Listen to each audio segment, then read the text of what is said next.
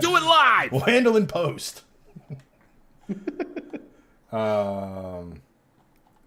Oh, by the way, we're back. Oh, hi. Hello. Doing it live. Hello. For how's once, it everybody wasn't doing? me with technical difficulties. Yay! But in the interest of fairness, we are still choosing to blame Greg. It's fine. I take the fair blame. enough. Fair enough. It's all good. As Greg was saying, continue, Greg. Oh yes. Yes. Large power, front wheel drive, no good. Next topic. The end. No. It's almost like I had almost 300-ish to the wheel on a front wheel drive car, and then decided to go get Mustang. Yeah, exactly. Yeah. What I was saying to Greg while you were gone was that my GTI were about 285 on a good day. That's enough. It's amazing it gets out drive. of its own way with that little of horsepower. I mean, fair enough. Yeah, It's a good enough time for me. I'll take it. But yeah. So So I think that's a good point to stop the GTI talk. I Not that agree. it's a bad thing, but no. I'm good. My itch has been scratched. I think a good transition, and we don't have to talk about this next one very long either, but it goes along the lines of what we were just talking about with who's buying a $65,000 GTI.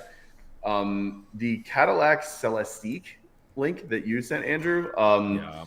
So this thing is an EV fastback thing that Cadillac has made to make sort of its Rolls Royce, I guess. And man, it's a cool designed car. It's not pretty, but it's cool designed. It's $340,000 or $360,000, and it just got a price hike to $400,000. My question is, who in the hell is buying this over literally anything else that's on the market at that price point with that kind of money? If I'm spending $400K in a car, it's going to be a Bentley or a Rolls. Yeah. End of discussion. First of all, I disagree completely. I think the design is rough. I like somebody. Wait. I like weird things. Shooting brake, all the things. Yeah, I like weird designs. This is a weird design, so don't take my word for it. This looks like a Jensen Interceptor that was hurled off of a cliff. Yes. It looks like a giant grabbed a Jensen Interceptor and just stretched it like a Stretch Armstrong. That's basically what it looks like. It's. I'm going to sit here and say, anyone who would walk up and look at this and go, "What is that? That's a Cadillac?" They're going to be like, "Whoa." Yeah, Keith over on YouTube goes, $400,000? Yeah, just get 4 of those new GTIs. Yeah, right. But like, it's so bad. Buying this? Rich people are not that dumb. Like, why? Didn't they sell? Greg, you would know this better than me because I looked at it and it was EV and I was like, yeah. Anytime this is mentioned on the show, it's more about the price. You could care less. Could care less if it has it's EV more power or internal combustion power. Either way, quite frankly, a $400,000 Cadillac that looks like that. Why are you buying this? Either way, a $400,000 Cadillac or $400,000 Cadillac, full stop. Right, exactly. Like no one's buying this over a Bentley or Rolls, and if they do. What? Like, who are you, and how can your bank account take it away from you? The only reason you're not even that, but if you're like an EVist, like, are you buying this or a Lucid Air Sapphire? You're buying the Sapphire. Probably, yeah. Neither, hopefully. I look at it and I just go, oof. Oh God, the car from Top Gear, yeah, the Princess. The princess. It looks like a princess. Oh, God, yeah. It's yes. It has similar design cues. Yes. Remember, Andrew, when we were talking last night about how I want a third monitor? I want a third monitor for this situation. It's like an Austin Healey princess. It is British Leyland. Yeah, British Leyland. Good old BL. Just the angle of the shooting brake is all wrong. The front bumper, the rear bumper lifting up in the back does not work. It must look horrible from the rear. The front, cool. The front, that aggressive new Cadillac thing they have going on, works for me. Yeah.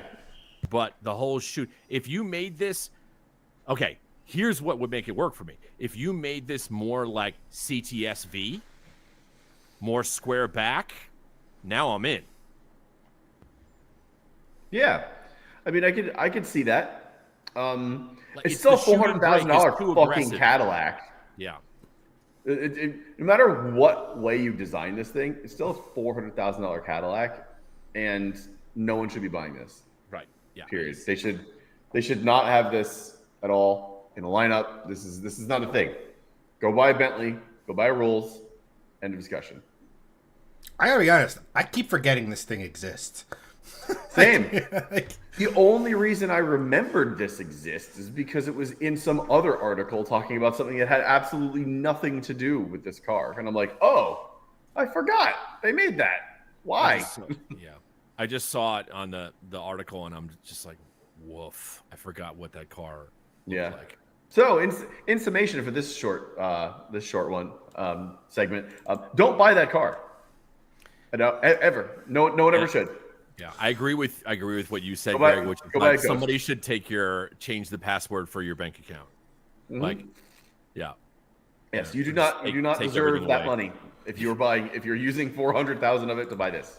Yeah, you need a power of attorney and like one of those what is it, what Britney, I hate to bring this up, what Britney Spears had, the conservatorship. Yeah.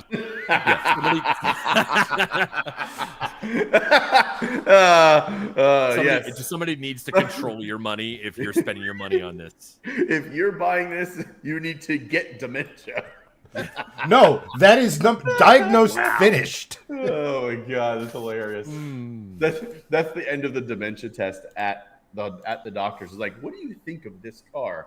Ooh, give me that. I love it. It's so good. Lock them up. Well, no, the first question is, what do you think of this car? I like it. Interesting. It's $400,000. Worth the money. I like it. I like it. You must like Volkswagen GTIs. Yes, brand new GTIs. Well, then I would love to sell you an everyday car. It's only a quarter of the price. I know the GTI is not technically a quarter of the price, but that's incredible. I will sit here and say, like, look, I think this also does bring up kind of a slightly broader conversation, because when I saw this, I was like, when Andrew had sent this as a potential talking point to us, I saw it. I was like, super. But, like, I don't know. Like, I look at it this way, and like I said, like, you look at all of the other EVs, the OEMs, like your traditional OEMs, General Motors, Ford, Toyota. Well, Toyota's actually mildly intelligent with how they're approaching EVs and that sort of stuff. But like all of the Germans, literally all of them, and how they're approaching EVs, they don't hold a candle to, like, again, like, I know Lucid and Rivian are more than likely going to be absorbed by an OEM in the next 1 to 3 years. It would be my prediction. Yeah. And Rivian likely, is it Volkswagen that owns a big share of Rivian? Remind me. I don't know. You know more. Someone, but I forget who. Stand by. Keep going. Rivian. Yeah. Isn't Rivian with... It's Amazon vans. They're keeping them afloat. Isn't Rivian with... crap. The people who own Bugatti and stuff like that? I'm looking. It's Rimac, the lady shaving company. Mate Rimac, yeah. But like the point I'm making is that if you go and you look at least the engineering involved in like a Lucid Air. Partnership with Volkswagen in 2024. Okay, there you go. According to Wikipedia. Yep. Interesting. But you look at like the frunks and stuff that they're getting, like I think it was the Lucid. Oh, we lost Andrew. Or he. At any rate, but like you look, his camera's probably doing the same thing that mine did. It just cuts out for a second. There we go. There we go. I'm back. But like if you look at like the frunk and the trunk in a Lucid Air versus say ESQ, WXY, who gives a flying Mercedes of equal price and quote unquote performance, and it's just crushed. Like these companies who are singularly focused on building the best possible EV, and I'm not an EV guy. I don't know if I'll ever will be, but they're just from a hey, sit in and drive it and can do more things. And like, yeah, I get it. If you have money to buy like a 6-figure car, any 6-figure car, you have the money to have multiple vehicles and therefore luggage space and stuff. It's not that big of a thing. But imagine if your 6-figure car was ballistically fast, fun to drive, and you could throw suitcases in both sides of it. Like, you know what I mean? So it's like, I don't know. But here's the thing, and I if you want to spend big money on the word I use, I don't know if this is an actual term, I call it a super sedan, right? So like a high dollar luxury sedan. Mm-hmm. You're gonna buy an S550. Period. Full stop. Done. If I want to buy a car that's going to drive, a chauffeur is going to drive the car for me, I'm buying an S550. So you're going to have someone else drive your 2015 to 23 Mustang? I mean, I get it. I see the joke you made there. I see the chassis code of the Mustangs. I see the joke. But I mean, if you're going to spend hundreds of thousands of dollars on a fancy luxury chauffeur drivable sedan, you're going to buy an S-Class. You're not even going to buy an A8 or an A8, like an A8L, maybe a 7 Series IL, maybe, but probably an S-Class because it is a timeless level of luxury. It is a 20-year-old S-Class is still a beautiful car. This Correct. is not a beautiful car. Nor will it ever. It is a right. Well, to refine that even more, it is a momentary level of interesting. 20 years from now, it'll look weird. You look at a 20-year-old S-Class, it still looks amazing. Yeah, correct. Like in terms of timeless, classy. To use a weird example, we were joking about before we started about Vera Wang and wedding dresses, right? And how she's very rich, right? Really, but a Vera Wang wedding dress in 30 years, the way that they're designed will still look beautiful on any woman who wears one, right? Because they're fatty designs, right? An S-Class is a beautiful, timeless. An S-Class is a Rolex.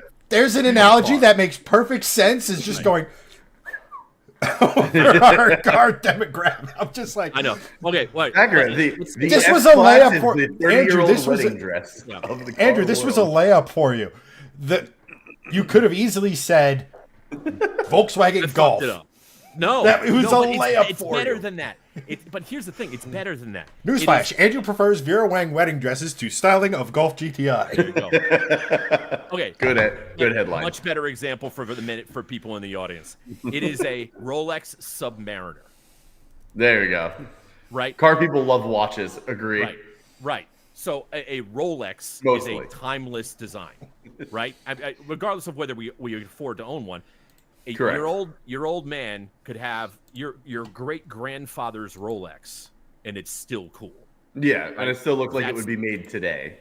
That's the S-Class. Right. Agree. It is the Rolex of cars. Agree.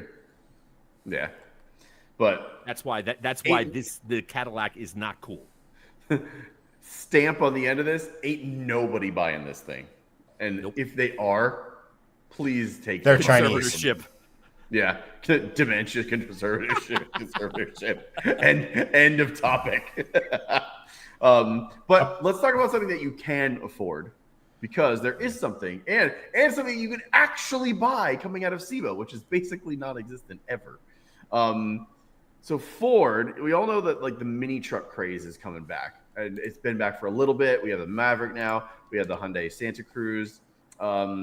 There are multiple car companies that are developing trucks to fight the Maverick now with small trucks. But Ford just brought one out at SEMA and it's not really like that like big of a deal. It's a Maverick, but it now has like a decent amount of power for it. And the big news here is like it's actually something you can buy, because most of these SEMA things will never see the light of day. 99.9% of them are just for show. We've all seen the bubblegum and rubber band axles that they put on these things that basically aren't even connected to drive shafts. And the drive shafts are made out of basically paper mache a lot of the time and spray painted to look like a car. So, you know, this thing is an actual working functional car. So cool. It is super cool. And that was the next point I was going to make. So basically it's the Ford Mavic 300T. If that sounds familiar, it's very much like the 300C from Chrysler. About it.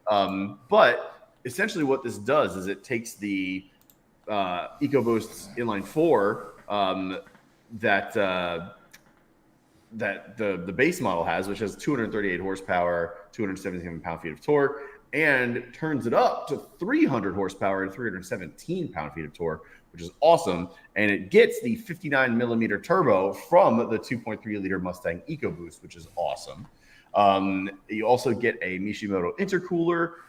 You get a ProCal 4 tune, and you get a catback Borla exhaust with black chrome tips. So can I take a guess at the next thing? I'm not going to spoil it because I have a funny feeling the next words you're going to say, which make it even more attractive. Which are probably with a factory warranty.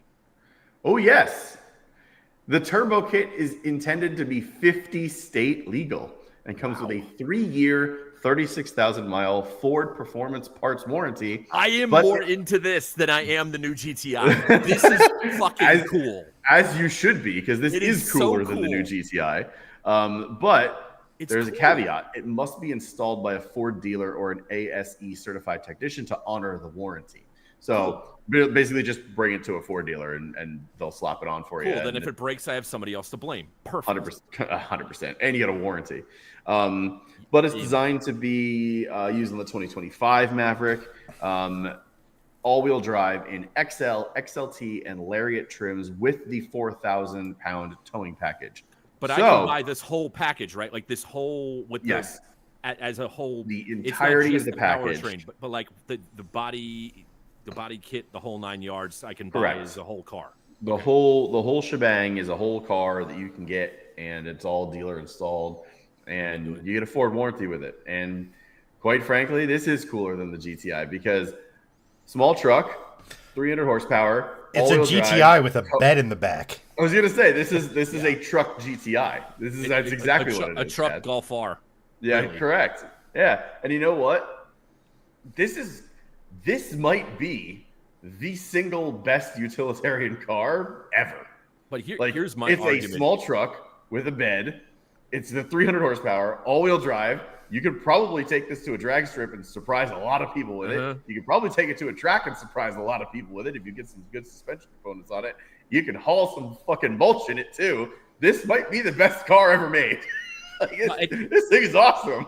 I wager that these size trucks, right? These what we're calling mini trucks now, right? Which are actually closer to the size of what an F-150 was like 15 or 20 years ago. Yes. Because the F-150s now are huge. Yeah. They're too big, in my opinion. Oh, yeah, for sure. And this is the size pickup truck that, like, everybody really wants and needs. Because it's, like, big enough to, like, carry shit to the dump and get some mulch. Like, my father-in-law has a, whatever the GMC version of the Colorado is. And that is a perfect size truck. It has a decent towing capacity. He tows his bass fishing boat. Yeah, I think it's the Canyon. And he tows his bass fishing boat with it. And it's like a perfect size truck. The Atlas family of engines are ridiculously underrated. And the 5-cylinder is a decent turbo and an intake manifold away from sounding like an Audi Quattro. Continue. Yeah. Accurate. I am here for all of this. But because the only downside is that you need the balance shafts aren't great on the 5-cylinders, so it's a little bit vibraty. But I thought that would make a crazy cool track day car. Tom vibraty? Tiny bit. No, then it would be underinflated. Ho. But solid joke. But like as a track day to it, you show up with a pickup truck and everybody's like, huh? And then it sounds like an Audi Quattro from the 80s. They're like, huh? And then you're going faster than everyone. I think the guy, if you, Nivlak 57 did this swap in a Fox Body LTD wagon and ran 8s. Like, That's without insane. Without touching the bottom end. Can it we had get some more minor angles of this thing. Crazy. I actually want to see more angles. Can there are more pictures? Because on Motor I Trend's find myself article, looking there's at this 15 more than photos. I'm looking at the 50th anniversary edition GTI. This I is just also think like it is just cool. let's call this what it is. It's actually a really attractive vehicle. Period. Yeah, I think its the front grille proportions is are good. neat. It's the whole thing is designed well. It's like a baby F-150, and the new F-150 is really nice looking. It's a great looking truck. This thing, it's like a baby F-150, the same way the C-Class became like a baby S-Class for a while. And this is very much in that same shrunken top of the line version. This is a nice truck, period. I mean, like you guys have known me for a really, really long time. To Yeah. know, like, the look on my face is like genuinely like, this is really fucking cool, and I It genuinely is. like enjoy that. That is. I just saw the picture you brought up. I That's mean, cool, maybe man. just to make it a little bit like give it a little bit more style. Lower it by maybe an inch or two. Just Oh, to close totally. up the wheel gap a little bit. Give a little bit more attitude. But you don't need to touch anything else. Just lower it just a little bit. Just to give it a little bit more attitude. Yeah. Stance, just a little bit more stancey stance, but not so much that you're going to take the pickup truck out of it, so you can't haul your mulch around anymore. I would have But, this like, even the wheels are good 100 for me. times over above the new GTI. Is that flat gray? I think it's like a matte, Like an eggshell? like a sateen kind of gray. Yeah, Kind of like BMW does on the M3. yeah, Yeah, I'm here for that. Oh, yeah. It's cool. and the little I dig this. cutout with the Reddit. I'm pointing to my screen like people could see it. The little vent, the side vent by the door. Yes, yes. That works for me. Yeah. I mean, I like the base model Maverick. Even Yeah, the base model Maverick, I think it's cool. I think it's even like the weird, Maverick period is a nice looking truck. even the little thing on the base model Maverick of the side mounted license plate on the tailgate down low works for me. Like, it's a little, Yeah. it's different, and it works for me. It is. As soon as they released the Maverick, I was like, I like everything about this. Yeah, And I have so many friends that have bought like other, like even Volkswagen enthusiasts who have bought base model Mavericks as their daily to carry other car parts around it. right. Like, a base model nice Maverick truck. is what's the price point of a base model Maverick? I kind of want to find out. It's in the mid 20s or Yeah. low 20s. Where did Chad go? I didn't even see him leave. The bedroom, maybe. Maybe. But I want to look at this. Let's see. So cars, trucks, and vans. Cars, trucks, trucks and vans, maybe. Yes. Yeah. Maverick, starting at 28. Yeah, I mean, Yes, but like, hell yeah. for a base model Maverick as a car that I can like, and now that's not super cab. That's probably I'm gonna look models. it's probably just an extended cab. Oh no, no, it's the It's so the full cab? 28 145. It has 4 doors, Okay, so there you go. But so even, it is a super cab. base So you model, can carry your kids around in it too. base model with the number 2 in front of it is rare. So I mean, it's honestly it's worth one of the this is gonna sound so strange. This you should cross shop with the GTI because it's not a hot hatch, but it literally does every single thing that car does better. you mean cross shop what's on our screen right now? Yeah, Not a base but- model. Yeah. No, like, but even so, like the base model with a tune Yeah. and a exhaust is Yep, literally a Furtano cover on the GTI back. because it's Yeah. it's a front wheel drive truck. Like, but you this is put the a all-wheel tonneau drive cover on version. the back so you can carry Right. your groceries in it, right? Yep. Yep. This strangely enough, as a base model, cross shops the GTI because You're it's a not wrong. front-wheel drive truck. You're not And wrong. this does everything the GTI does better because it's a truck. So I want you to the be whole- wrong, but you're not. The whole value prop for a GTI is it is affordable space to do cool shit in. It's like an SUV compact, right? It's Yes. like it's the sport utility hot hatch. That's what that is. This does everything that car does better. You just don't get an accessible trunk from the back seat. Yeah. Oh, I don't want to no. admit you're right, but you're right. But it is. You're right. It's literally a truck GTI. And I would say it's even better because you get probably a better warranty, I would imagine, and you would like. Have you ever sat in one of these? Like, I mean, I like have. a base model. I have not. You don't feel like it's wanting for anything. It definitely doesn't feel like a GTI. It feels bigger than a GTI because it's a truck, but it's about the same. It feels bigger, but it's not. Like if you go do the interior dimensions, sort of like cross compare, you're looking at like an inch in everything, shoulder, hip, head. It's about you probably getting a little bit more headroom in the Maverick, I would imagine, but like you're kind of splitting hairs, if you we if all you will. agree that what do they call it? The T300, right? Is that what they're calling 300T. What they're calling this on the screen is cool.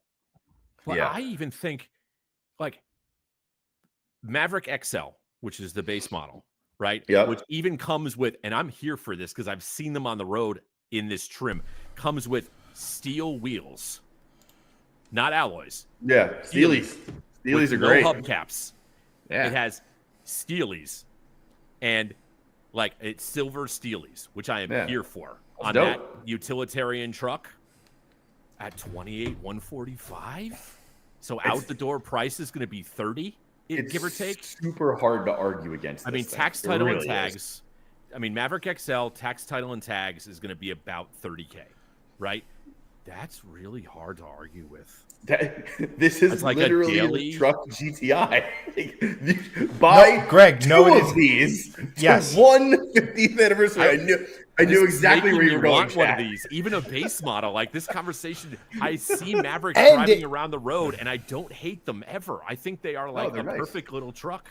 And it comes in both of your preferred engine layouts, transverse. There you go. That's right.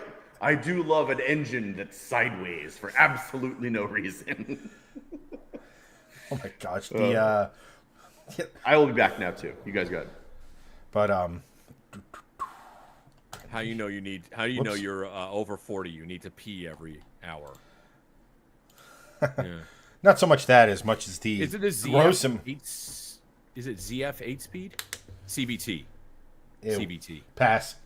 I'm out. The base model Maverick has a CVT.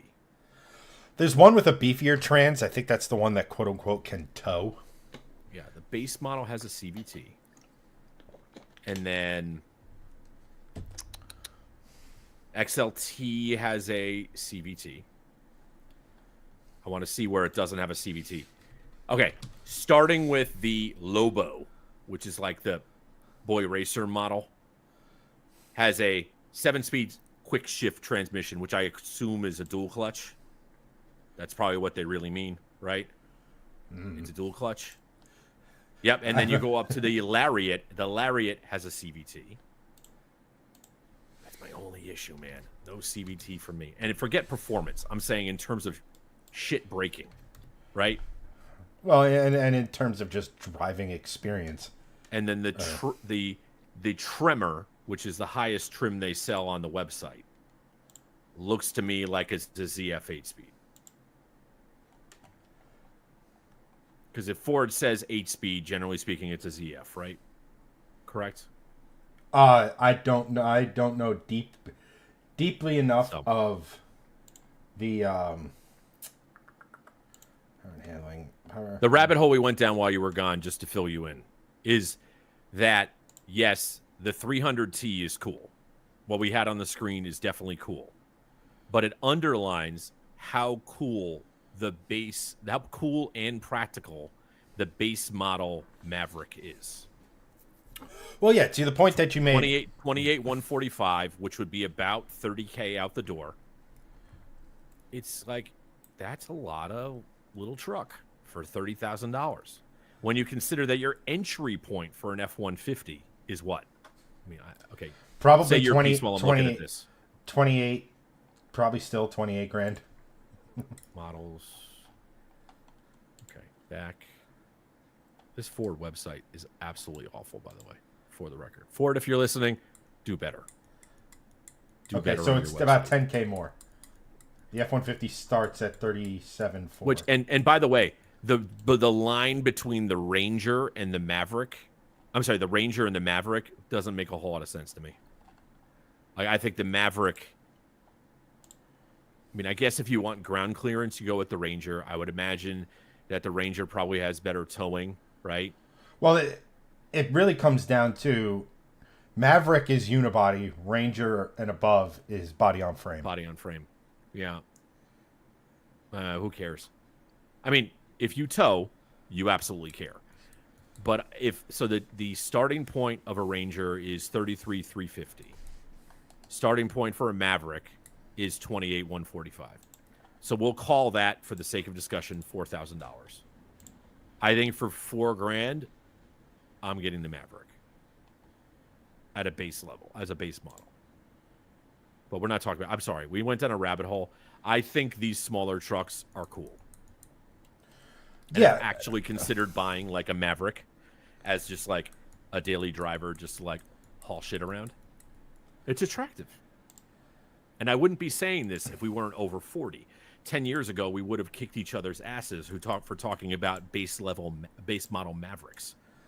But like, Yeah, I mean, regular short bed.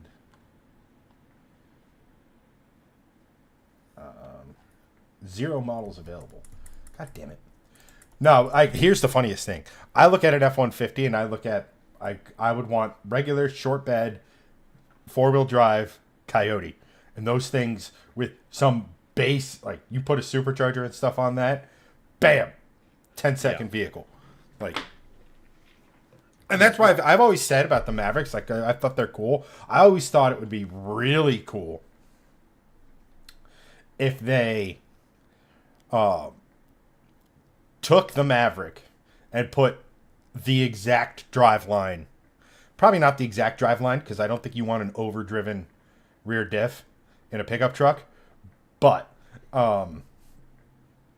that's how drift mode works in the RS, the Focus RS.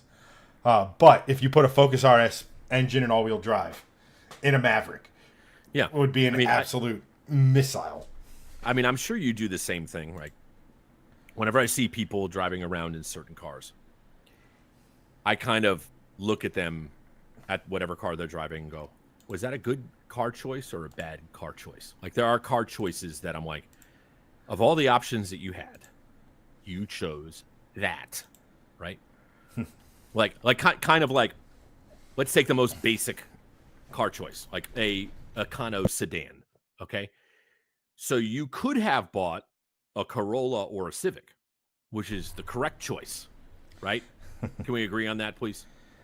Do you agree? If you're going to buy an Econo sedan, the choices are Corolla or Civic. But you chose to buy like the Nissan equivalent. That is a horrible choice. Like, why did you do that? That is stupid. You should have bought a Civic or a Corolla.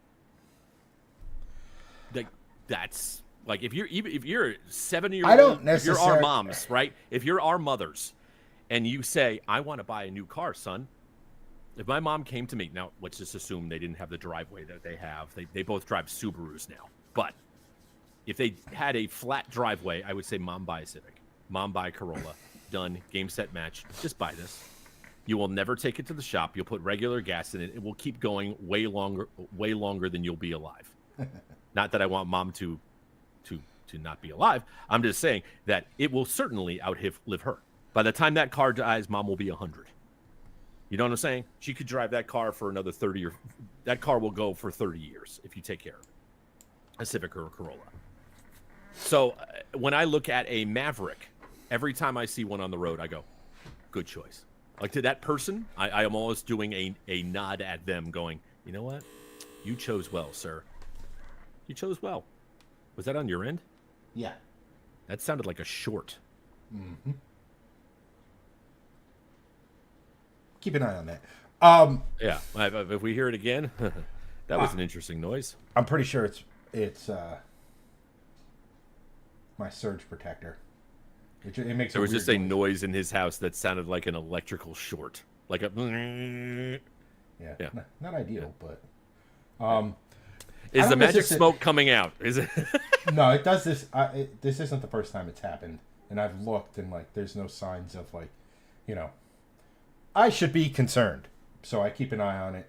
Like I said, I have like a beefer for like my entertainment section. I have a beefer fucking surge protector strip, and anytime it's sort of like, it makes a noise that you wouldn't expect it to. At any rate, I don't necessarily sit here and go, oh, you made the right choice, you made the wrong choice. I look at what the people are driving and instantly in that moment make a judgment on their ability as a driver and position myself accordingly.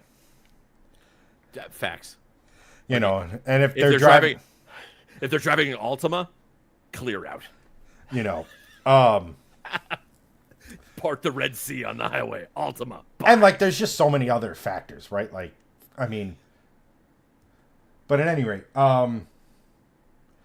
we agree. We all agree this is cool. oh, it's absolute, and yeah, another way of Good time. it's a way of creating a vehicle that isn't necessarily one of the weird, like, that isn't necessarily priced beyond reason. That will I did not drop out. I turned my video off for 1 second. Gotcha.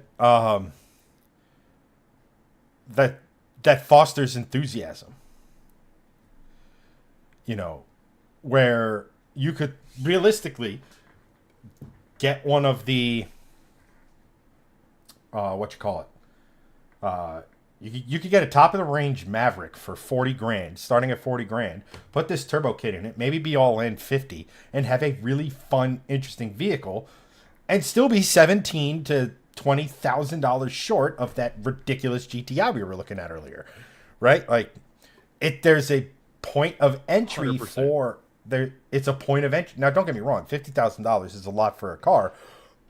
But in the current ridiculous world we live in, that's right around the average purchase price. I was going to say, what is the average price? You would know better than me. So at the end of the day, you guys pay attention to this stuff more than I do on a daily basis. Yeah, it goes back and forth between 45 and 50 right now, depending on the year. But so in theory, we like to, a bunch of years ago when the average purchase price was something reasonable, like 35,000, when Greg bought the Aston Martin, I got an Aston Martin for the price of a new Camry. Mm-hmm. I remember that video. So like you Wasn't could that have the title of the video. Yep. It was the title. Like that. It was the title of his video. It was the title of Tavarish's video when he got it before Greg. I think Doug did it too. But if we're looking at it just as the average purchase price of a new vehicle, you could get some boring sort of box, aka a crossover, or you could have this. And here's the funniest thing about this entire thing: you have the Explorer ST. That is a performance crossover. No. But then you put a turbo on the Maverick and you're like, that is cool. In theory, I know they're not the same platform and all of that sort of stuff, but it's a similar concept in that you have you have a unibody. Yeah. Transversely mounted 4-cylinder, all-wheel drive vehicle. One is you've given up on life and you're trying to compensate for that with a badge and a slightly bigger turbo. The other is you are an interesting human person and decided not to give up on life, and you somehow managed to not only have a family vehicle, but also be interesting and not spend a fortune. I'll tell you one thing right now. This thing might get replaced in the next 2 years. This is probably something that's in the top 3 that I would say. I'm probably going to replace it with that because and it's cool. It's utilitarian. It's not a slouch. 300 horsepower in a truck that is not that heavy is going to get up and move. It's got all-wheel drive. It looks nice. It's You can carry your got shit around in it. It's not a jump seats. It's right. It's a Like, 4-door. There's My only lot question to is love. so like, because we're both dads. My only question would be, what is the back seat like? Because I've never sat in a Maverick. Doesn't matter, because my kids are 6 and 8. By the time I get this car, they will be 10 and 8. Right. Because so they will be either out of a booster seat or in a regular seat and a really small booster, if at all. So like it's just a normal seat for them, and they're still small at that point. So like a 10-year-old, 100%, like me as a small in stature, like short person, I could fit in the back of a Maverick for a several-hour road trip and be perfectly fine. Anyone that's like 6'1" is gonna have a not great time, but like I'm 5'6" on a good day after a long sleep, I'm fine. Like my kids also are going to be the same way. Like it won't even matter. The Mateys are not going to get that lucrative volleyball scholarship. No, those poor kids Definitely not. They do not have a fucking chance at being tall. Sorry, guys. But like, and your folks aren't tall either. Like no, like my dad's 5'10". Yeah, like that's the best we got in like. He's the Shaquille O'Neal of the Matei family. yeah. He's the Shaq of Mateys at 5'10". In the group chat, he's the one who gets the stuff off the tall shelves. That's right. And he doesn't have to use He doesn't have to use the fucking spaghetti spoon like I do. So, and not for nothing, your kids are going to be small humans for the foreseeable future. Right. And like they have another like 8 to 10 years of being small people. Like even in like late high school, they're probably going to be relatively short. So either way, again, I also don't do long drives. And in my car, we take Kate's But being a kid in the backseat of a car that has slightly less legroom than would be perfectly comfortable builds character. It's also fun for kids to be in like confined spaces. It's like they would treat it as like a fort. Yeah. Like that's sort of like how it would be. So honestly, in my situation, it is a perfect vehicle. So like for me, for my use case, it wouldn't even matter because the back seats in this thing are small. Like, but this is not a big car. Does it scratch the itch though? I guess that's my question. It would make a cool daily. Yeah.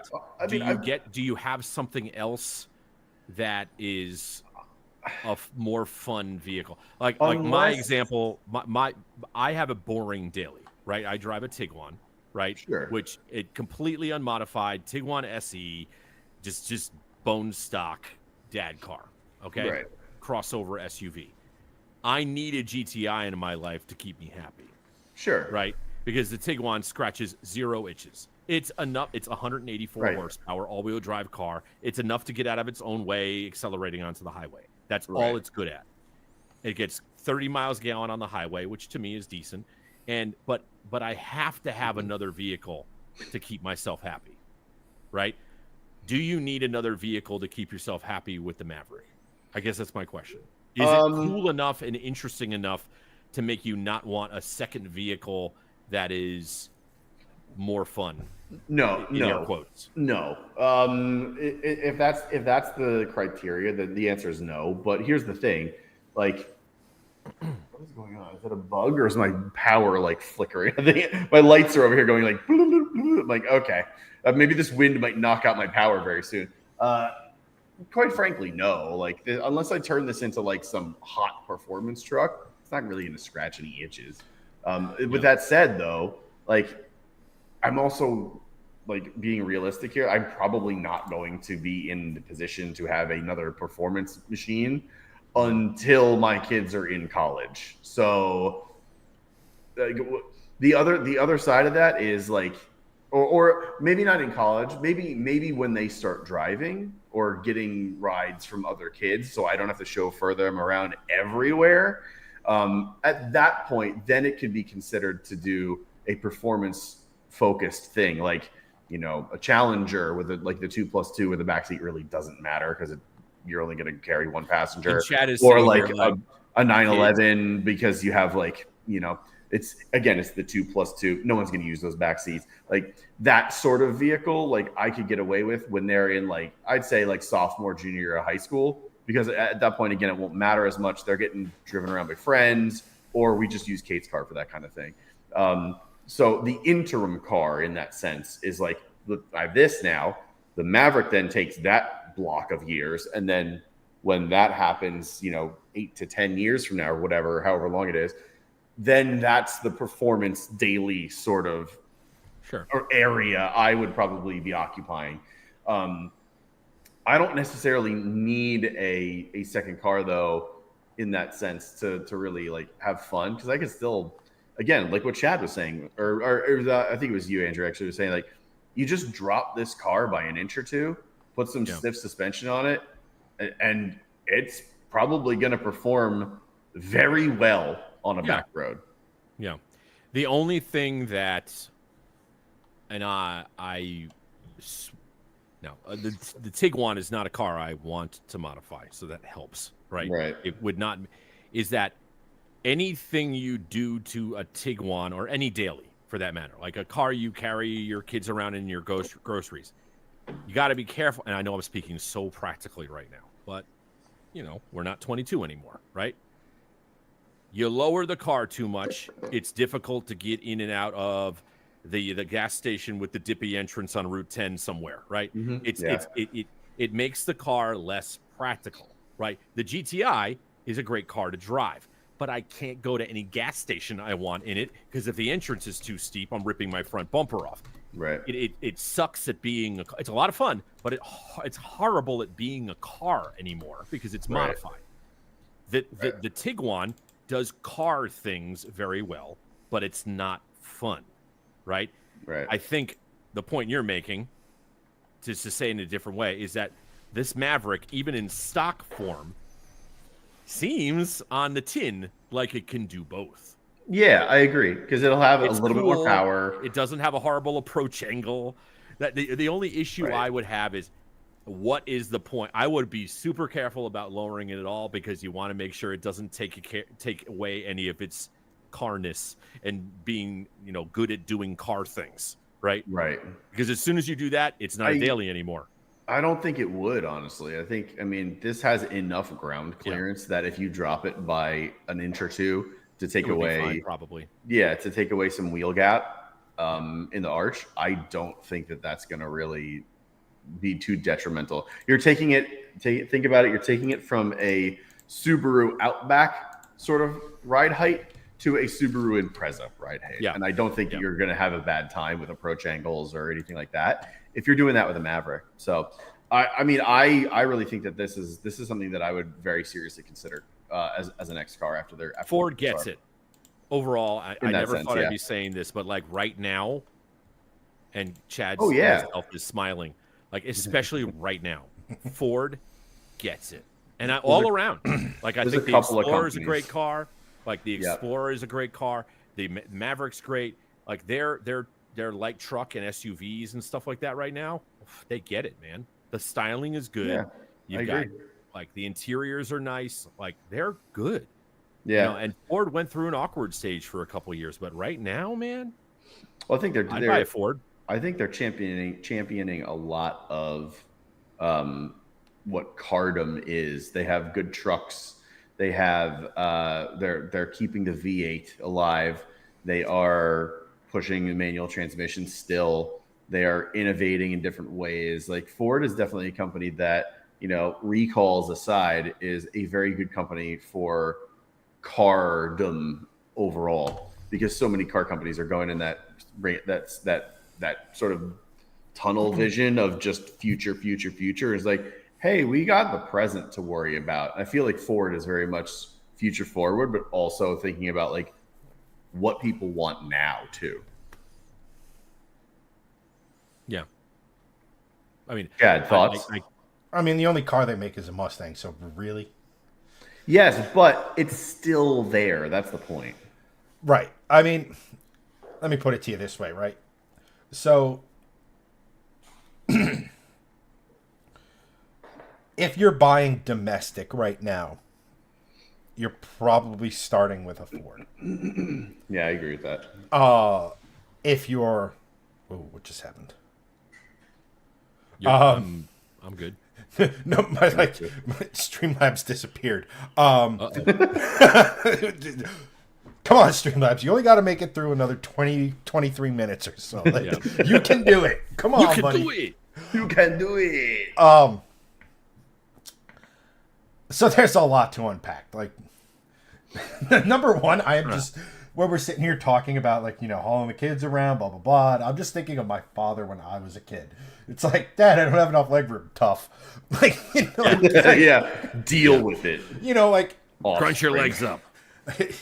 you know, it's, and I mean, it wasn't like any of the cars I grew up with had a bad leg room, but like, I will say this. In Greg's scenario, and I do have a follow-up question to kind of move things along slightly, but in Greg's scenario, you get something like this, you lower it slightly, you do the big turbo on it, yada, yada, yada. Then make sure, and you got to make sure you get the 8-speed, not the CVT. Right, yes. You know, you end up with something that is still, what's the word? Unique might not be the exact right word, but you get what I mean. It's not forward. It's instead of, oh, look, Greg just got the new Escape. It doesn't suck. Right. You know, there's Correct. a funness factor just to owning it. There's a, this is cool and unlike anything else in the parking lot right now element to it. Because it's a unibody car or truck, I hesitate to call it a truck because for me, truck is body on frame. Yeah. But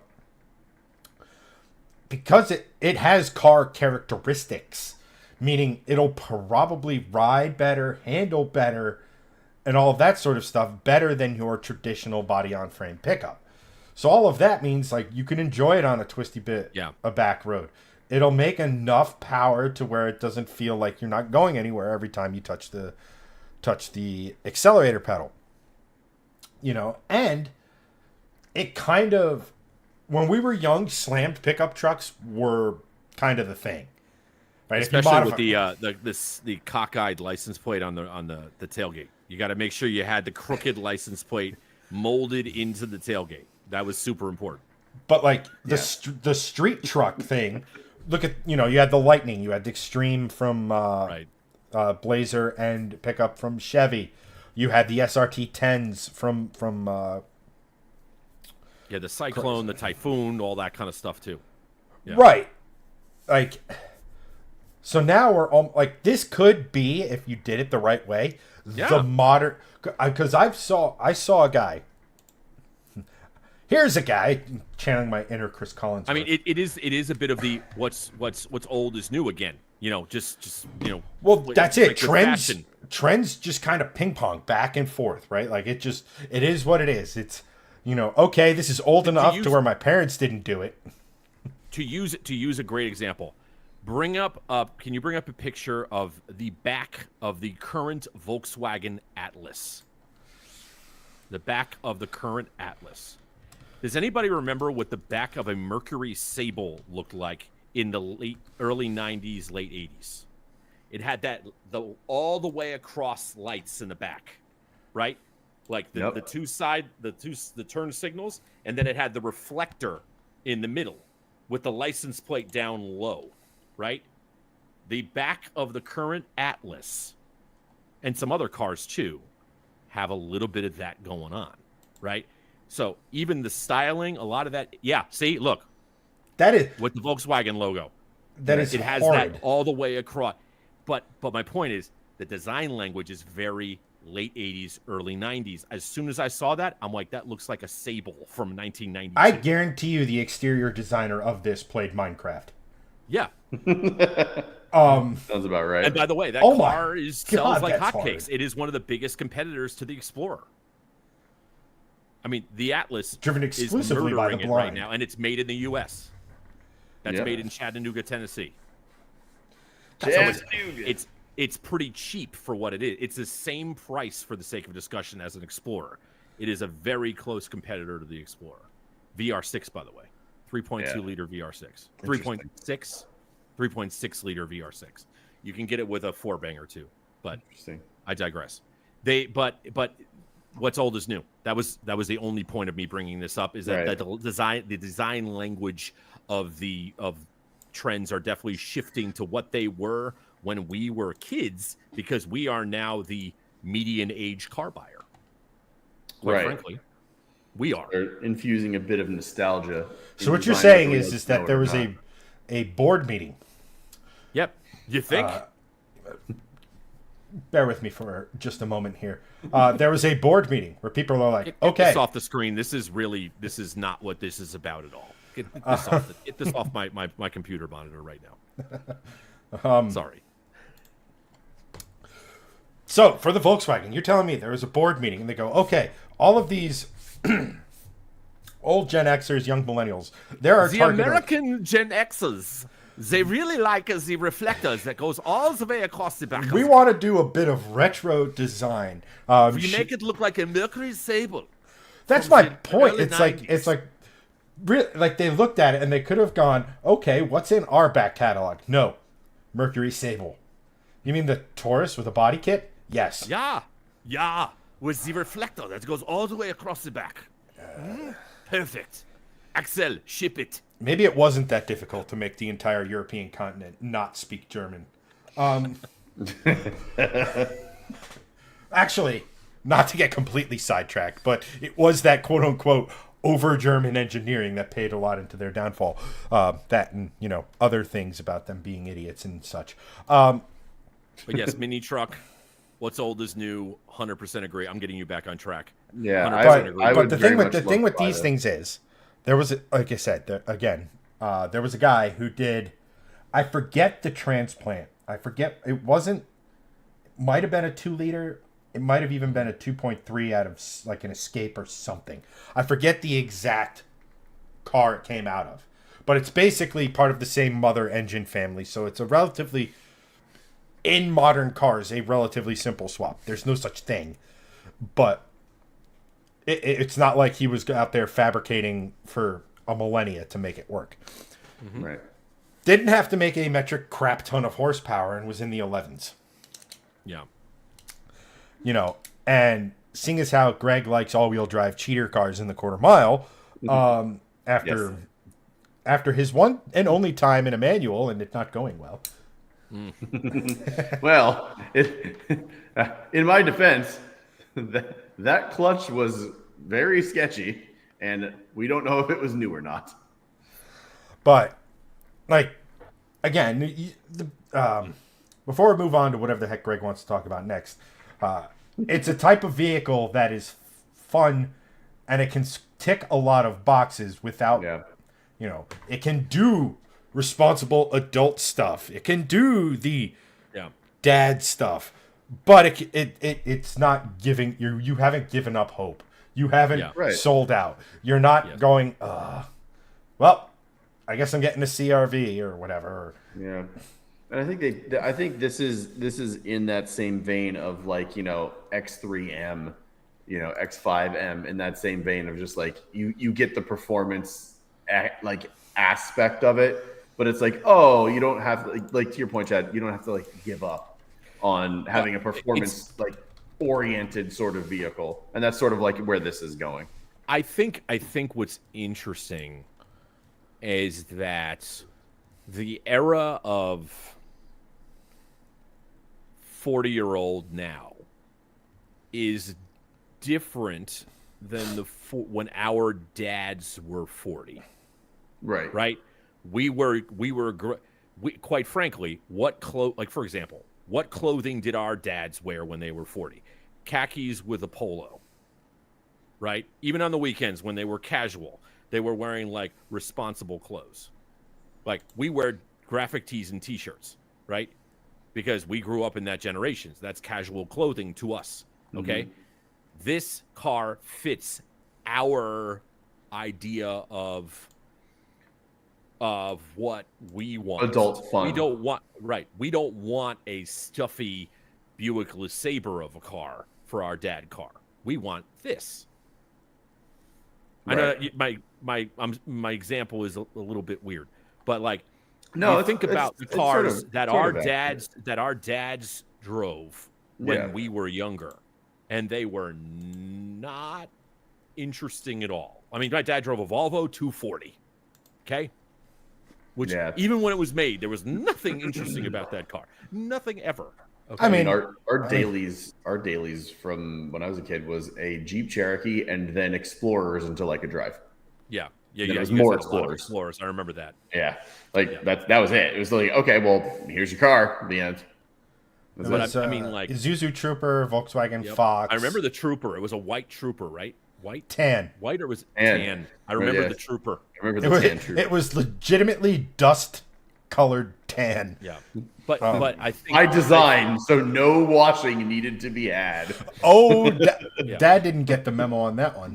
every weekend, if I wasn't Really? playing, That's yeah. awesome, actually. Every weekend, if I wasn't playing, if I didn't have a game for Washing the car. pick a sport, it was wash the car.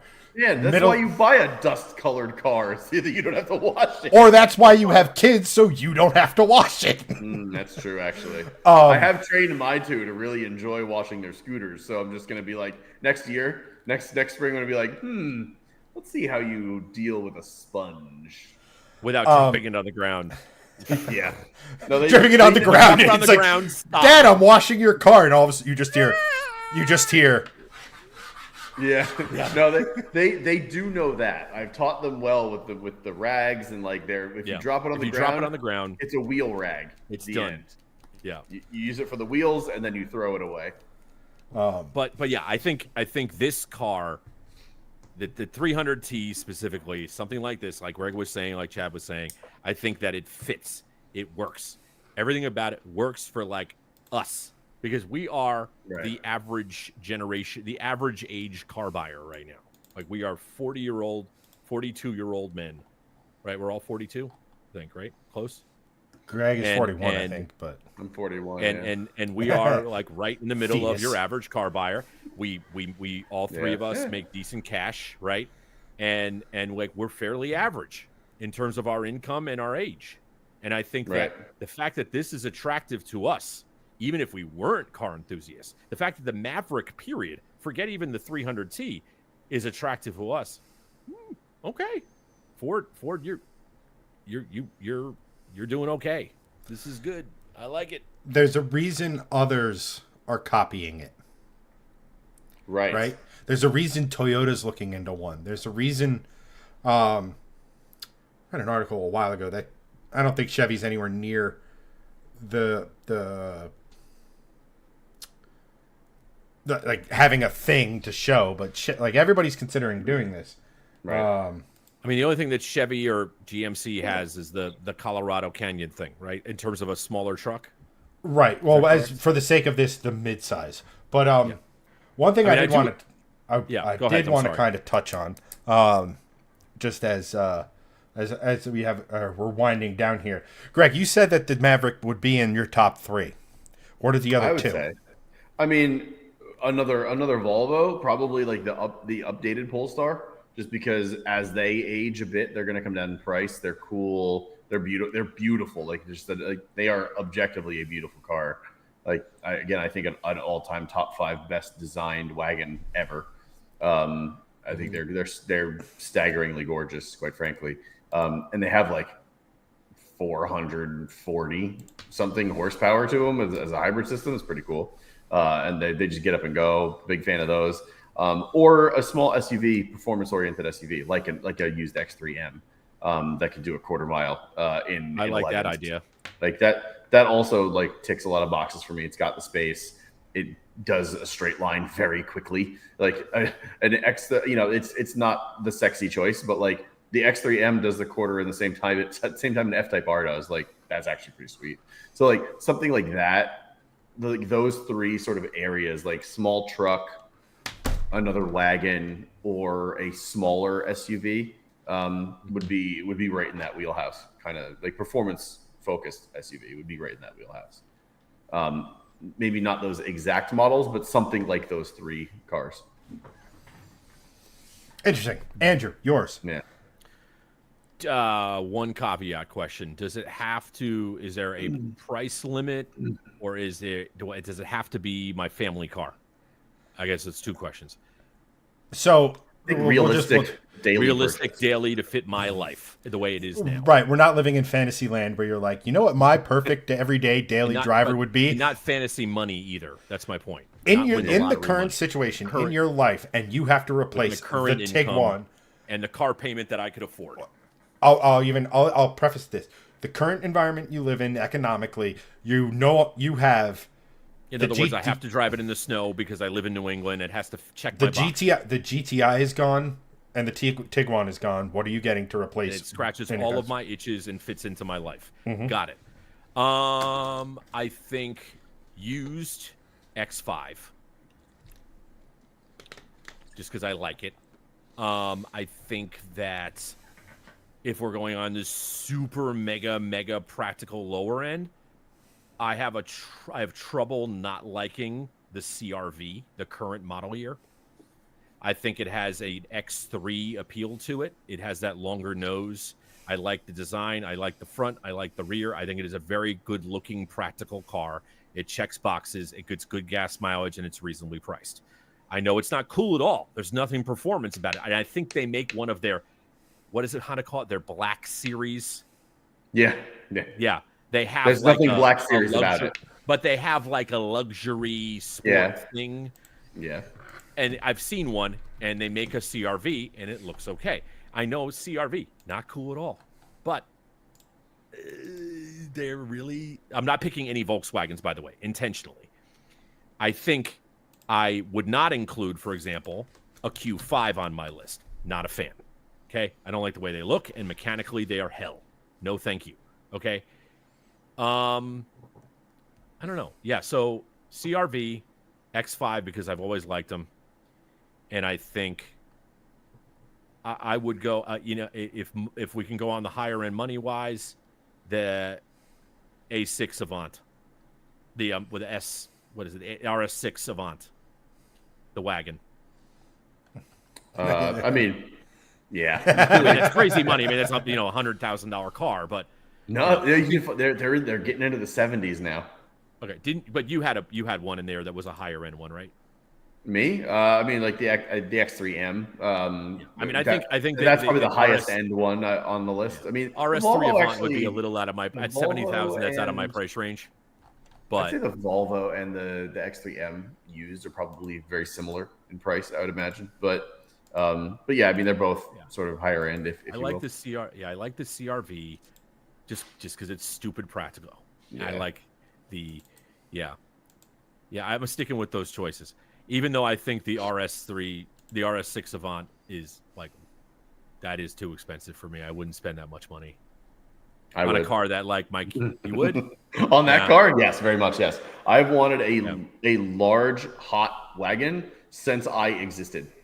Like that is like the dream car for me. Like if I hit the lottery, the first thing I'm buying is an Audi RS6 because I can, and it's awesome, and it's really beautiful. It's angular, it's stupid, and I'm just like, I'm gonna go buy that. Why not? And by the way, I have hundreds of millions of dollars. I can buy many of them. That's the first thing I'm getting. With the X5, by the way, note I did not pick the X5M. There's a reason. Well, because if it is my dad practical car, I want the smallest wheels that are available with sidewall on the tires, so it's a little bit more comfortable. And I don't want super low profile. I don't want sport M yada yada yada yada. I want an X5 that's relatively base with as few things to go wrong as possible. Because the X5 is a nightmare. I think it's cool, but they are not great when it comes to fiddly things going on. No, the M's are gonna ruin your wallet for sure. Yeah. Chad. Mustang. Done. No. Literally same thing. You started to do the same thing. I mean, Mustang GT, Mustang Dark Horse, Mustang GT 500. Well, no, if we're doing that, I'm buying three. If you're saying I have to get three Mustangs, it's a S550 GT 500, a Mach 1 with a built motor similar to the motor I'm building for my car, only the fantasy motor. And then, something that's just off its fucking head ridiculous. Twin turbo drag, like a drag and drive car that if you get the right chassis, 50K is not out of the realm of possibilities. It was within the realm of possibility that's what I considered doing with the silver car when it had the fire, was turning it into a drag and drive car. As far as but no, for the sake of this experiment, I have to have one car, that catch-all vehicle, where in the winter I can't just park the drive it in the winter. I have to I can't, I have to park the Mustang or what have you. I can't drive it if there's a threat of snow or there's just too much damn crap on the roads and stuff. It's probably going to be one of an older Raptor. Okay, good choice. Or an RS3. Okay, really? I'm surprised by that choice, the RS3. The Raptor, I like that choice. I may steal that one instead of the RS6 even. Raptor's cool. Raptor's V8 Raptor. Mm-hmm. Well, yeah. You can't get the biggest thing with those. The biggest thing with those is you have to be extremely cognizant of rust, especially where we all live, being that we right in the middle of where we live in the spawn point for all of the rust in the world. Yep, it all comes from here. But if you get one that has a good chassis and then you immediately go and take care of it, undercoating, and there's fixes and stuff for it and everything. The 6.2. I mean, if you wanted the 5.2, you can get into those really cheap. If you want cheap? The 6, 20 and below. Really? For the smaller V8. Huh. Yeah. I've never priced them out ever. So and also they make a conversion kit to where you can put the Gen 2 front end, which I think it looks better. It just happened to come with an EcoBoost, so no thank you. And you could swap the front end and make it look more modern. Like I said, the biggest thing with those, you gotta watch out for rust. But the engine, it's a mod motor, so it's pretty much it's at the tail end of the mod motor, which means it's the best in terms of reliability. It's well sorted. It's under stressed, all that sort of fun stuff. Those are great. And then the RS3, the only reason a super truck is I want one badly, but I know on a crisp November afternoon when it's 52 degrees outside and what have you, and I'm on a good road, I'm going to miss not having a car that would be better suited for that. And as far as practicality and stuff like that is concerned, well, let me back up. As far as all-wheel drive vehicles that are modern enough for me not to be super worried about having to start replacing stuff, the RS3, it has if you spend any time around me, you'll know that if a car has an interesting and arguably this is the best XYZ engine of its generation. Coyote, arguably the best American V8 of its generation. That 5-cylinder in the RS3 is an all-timer. And it's probably going to be the last one.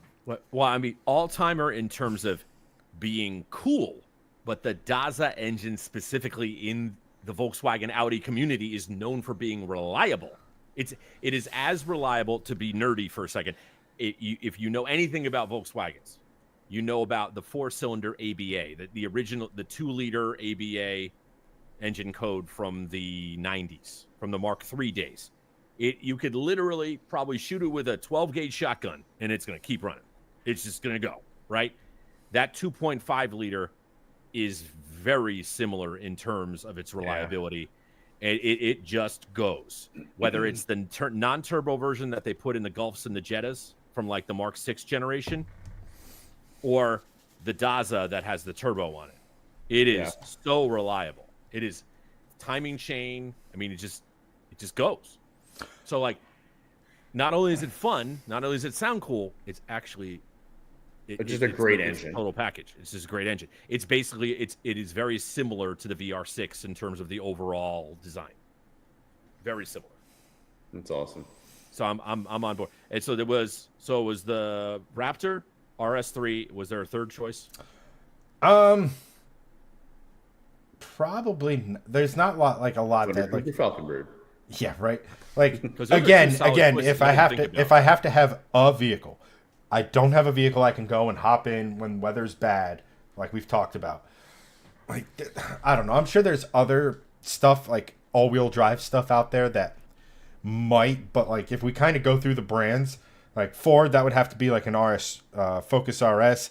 I absolutely gigaloathe the way any EcoBoost has ever sounded, so that's out. You know, Chevy, like a Chevy Colorado with the ZR2 package, the off-road sort of mini Raptor-ish thing is interesting. Yeah. Like I said,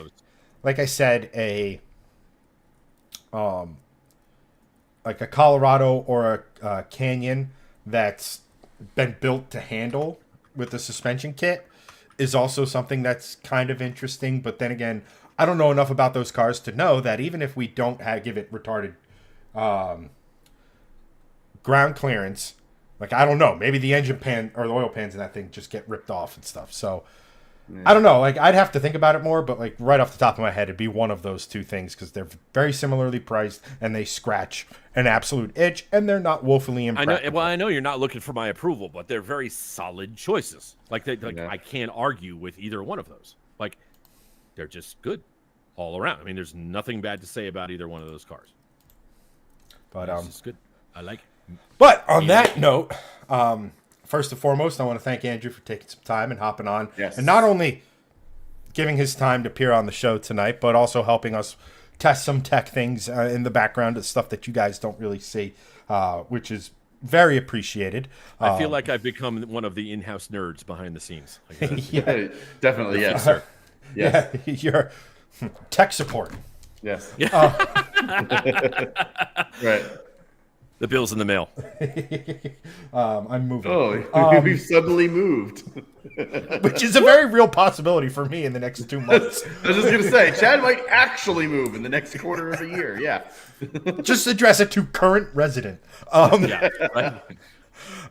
No, but again, thank you so much for all of that sort Always of stuff.